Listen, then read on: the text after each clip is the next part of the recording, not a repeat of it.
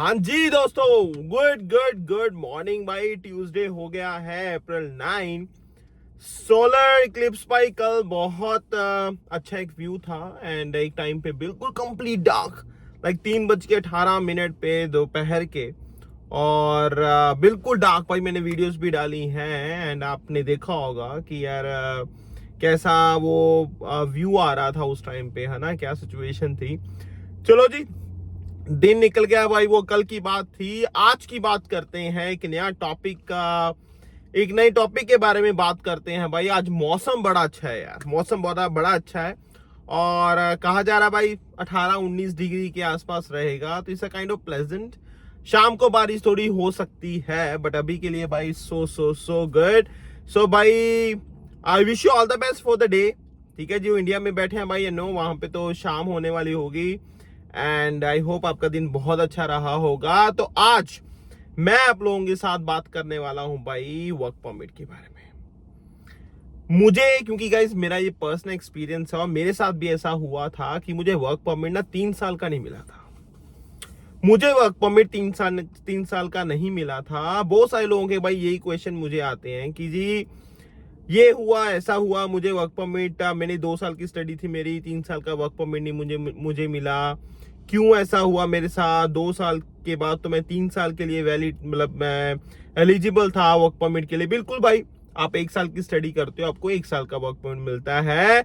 2 साल की स्टडी लेके आते हो कनाडा में तो you are eligible for 3 years work permit, for 3 years work permit. ठीक है जी।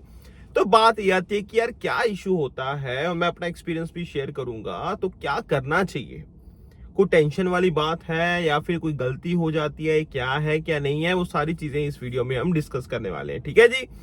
बाकी भाई अगर आपको चैनल अच्छा लगता हो या तो सब्सक्राइब करना मत भूलना। नैव सिंह संगेर हाजिर होता रहता है आपके सामने, क्योंकि कनाडा इमिग्रेशन भाई अपडेट सा लेके लाइक देते रहते हैं जी।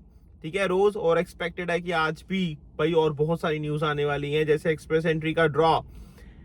ये हम कह सकते हैं कि आज हो सकता है ड्रॉ आ जाए, हो सकता है भाई कल आए। तो जैसी ही कोई अपडेट आती है हम आपके पास पहुंच जाएंगे, आपके सामने भाई न्यूज लेके आप लोगों के साथ शेयर करने के लिए। ठीक है जी। चलो जी, वर्क परमिट के बारे में बात करते हैं। देखो guys, one of the major reasons जो होता है कि आपका वर्क परमिट कम ड्यूरेशन के लिए क्यों आता है, पहला जी आपका पासपोर्ट, आपका पासपोर्ट। ठीक है जी।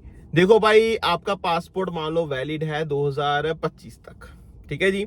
और आप मान लो 2023 में आपकी स्टडी कंप्लीट हुई है, आपको हो गया भाई 2026 तक आना चाहिए था हमारा तो वर्क परमिट। बिल्कुल भाई सही कह रहे हो आप, बिल्कुल सही कह रहे हो।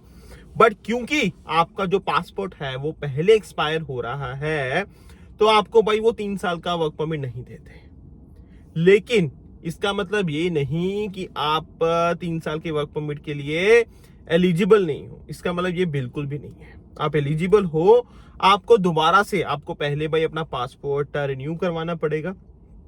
ठीक है, once that particular task is done, फिर उसके बाद आप दोबारा से अप्लाई करोगे, दोबारा से अप्लाई करोगे एक्सटेंशन के लिए। अब एक्सटेंशन आपको, एक्सटेंशन तो बंद हो गई, ये हो गया वो हो गया, मानता हूं भाई बंद हो गई है, तो उसके साथ आप एक एक्सप्लेनेशन लेटर जो होता है वो आप उसमें ऐड करोगे। आप उनको बताओगे कि देखो जी मेरा पासपोर्ट एक्सपायर हो रहा था 2025 में, इसलिए मुझे जो वर्क परमिट मिला वो सिर्फ 2 साल का मिला, लेकिन मैं 3 साल के लिए एलिजिबल था। तो जो मेरा ड्यूरेशन जो बाकी बचा हुआ है वो मुझे आप वर्क परमिट उस चीज का दे दीजिए, आपको भाई वर्क परमिट आ जाएगा। आपको वो वर्क परमिट दे देंगे, उसमें कोई टेंशन लेने वाली बात नहीं है। आई नो बहुत सारे लोग घबरा जाते हैं, बहुत सारे लोग कहते हैं भाई क्या हो गया मेरे साथ, कंसल्टेंट ने ये कर दिया, उसने ये कर दिया, मैंने ज्यादा काम किया था इसलिए ऐसा हो गया।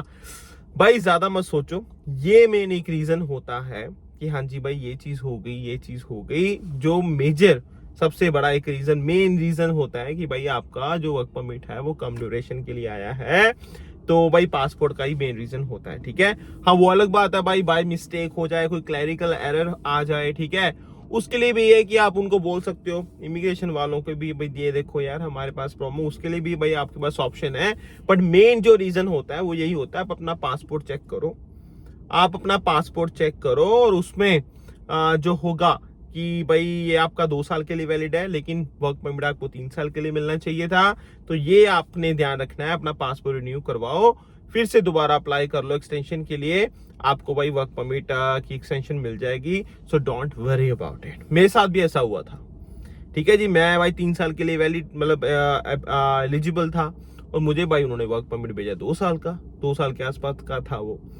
तो आई वाज लाइक भाई ये क्या हो गया, ये क्या हो गया। फिर पता चलता है ना धीरे धीरे। गाइस देखो, मेरे खुद के एक्सपीरियंसेस हैं, तो मैं आपकी हेल्प कर सकता हूँ। ऐसी चीजें होती हैं यार, है ना, ऐसी चीजें आगे बढ़ती हैं।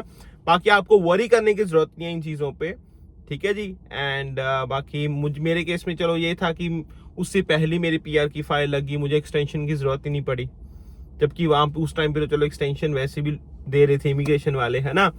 तो वो मुझे जरूरत ही नहीं पड़ी, मेरी पीआर की एप्लीकेशन पहले लगी हुई थी, रिजल्ट आ गया, तो आई वाज गुड। बट हाँ, अगर आपके केस में ऐसा नहीं है तो आप भाई रिन्यू करवाओ अपना पासपोर्ट एंड एक्सटेंशन के लिए अप्लाई कर दो एक्सप्लेनेशन लेटर के साथ, आपका वर्क परमिट आ जाएगा। बट हाँ, वो है कि आपको फीस अलग से फिर भरनी पड़ेगी, ये हो गया वो हो गया, वो एक अलग एक प्रोसेस रहता है, ठीक है। बट हाँ, ये चीज पॉसिबल है, आप एक्सटेंशन ले सकते हो, सो डोंट वरी अबाउट, ठीक है। तो आई होप भाई इस वीडियो से आपको कुछ ना कुछ सीखने को मिला होगा। हो सकता है आपके लिए ये वीडियो अगर मान लो आपका ये केस ऐसा है नहीं, तो हो सकता है भाई किसी और को हेल्प हो जाए। तो चीजों को अंडरस्टैंड करना, चीजों को समझना इज ऑलवेज गुड, राइट। तो यही था भाई नैव सिंह संगेर की तरफ से आज के लिए। एंड बाकी भाई चैनल को आप सपोर्ट करते रहो, फॉलो करते रहो, और बहुत सारी अपडेट्स के साथ आपके सामने दोबारा पेश होंगे, ठीक है। चलो भाई, love you, take care, enjoy, अपना ध्यान रखना, बाय बाय।